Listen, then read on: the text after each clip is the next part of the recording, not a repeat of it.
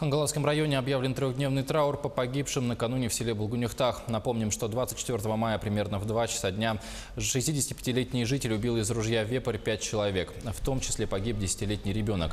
После массовой расправы мужчина покончил жизнь самоубийством. Сейчас в деревне работают сотрудники Следственного комитета. Там отменили все торжественные мероприятия, в том числе последние звонки в школах. С родственниками, очевидцами происшествия и знакомыми погибших работают психологи, которые прибыли на место трагедии из Покровска. Беседы проводят и с одноклассниками ребенка, который стал жертвой убийцы. Улицу, где произошла трагедия, оцепил наряд полиции. И пока никого, кроме жителей близлежащих домов, на место не пропускают. В это воскресенье пройдет траурная панихида. Вчера утром я заходил к нему домой. Дверь была закрыта. Оказывается, он только вчера приехал.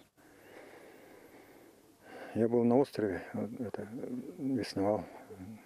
И думал, что он дома. Оказывается, он был в Питере. Оттуда с операции приехал сегодня. Вчера только приехал. Как приехал и сразу попал в эту историю.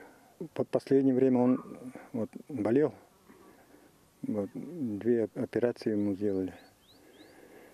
И он как бы победил болезнь, но не смог.